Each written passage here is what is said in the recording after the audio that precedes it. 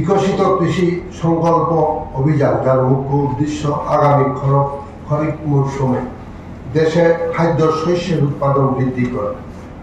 29শে মে শুরু হয়ে গত 12 জুন সমস্ত ভারতবর্ষের সাথে ত্রিপুরা অন্নদাতা গণের স্বতঃস্ফূর্ত উপস্থিতিতে অত্যন্ত সাফল্যভাবে সমাপ্তি হয়েছে।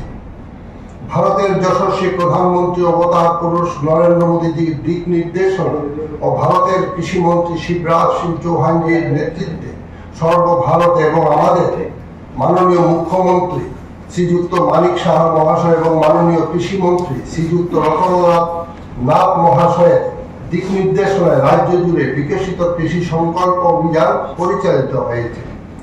গত 19শে মে শচীন দেববর্মা কমিউনিটি হল বিশ্রামগঞ্জে এই অভিযানের শুভারম্ভ করেন আমাদের মাননীয় মুখ্যমন্ত্রী শ্রীযুক্ত মানিক সাহা মহাশয়, এবং ওই দিন মাননীয় মুখ্যমন্ত্রী, মাননীয় কৃষিমন্ত্রী সবুজ পতাকা দেখিয়ে কিষাণ রথ যাত্রার শুভ উদ্বোধন করেন। এই 24টি রথ 3টি করে প্রতিটি জেলায় ভ্রমণ করেছে এবং এই কিষাণ রথগুলোতে গত 11 বছর ধরে কৃষিতে ভারতের অভূতপূর্ণ সাফল্য এবং গত 7 বছর ধরে ত্রিপুরার কৃষি উন্নতির গাথা তুলে ধরা হয়েছে। মোট 864টি গ্রামে কৃষক সমাবেশ ও সর্বমোট 1,72,000 কৃষককে যুক্ত করার পরিকল্পনা গ্রহণ করা হয়েছিল।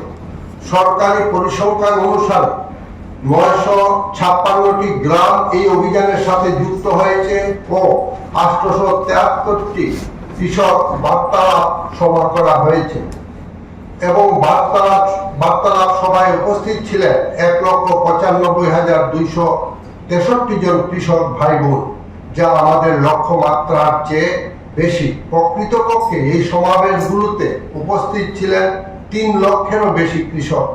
একটি বিজ্ঞানী দল প্রতিদিন 3টি করে সভা করেছেন এবং প্রতিটি সভা ছিল 2 ঘন্টা, তাই উপস্থিত সকল কৃষকের নাম নথিভুক্ত করা সম্ভব ছিল না। এই সমাবেশগুলো ছিল বিজ্ঞানী ও কৃষকদের মধ্যে সরাসরি বার্তালাপ। 8টি জেলায় 3টি করে কৃষি বিজ্ঞানী দল প্রতিদিন 24টি করে মত বিনিময় সভা করেছেন এবং প্রতি জেলায় 108টি করে সভার পরিকল্পনা রাখা হয়েছিল। অত্যন্ত দুর্যোগপূর্ণ আবহাওয়ার মধ্যে 12 দিন ব্যাপী এই মত বিনিময় সভাগুলো হয়েছে। মশলা হাতে নয় চামচে তুলুন। লংতরাই গুঁড়ো মশলার প্রতিটি 250 গ্রাম প্যাকেটের সাথে 1টি চামচ ফ্রি। লংতরাই গুঁড়ো মশলা, রান্নায় তোমাকে চাই।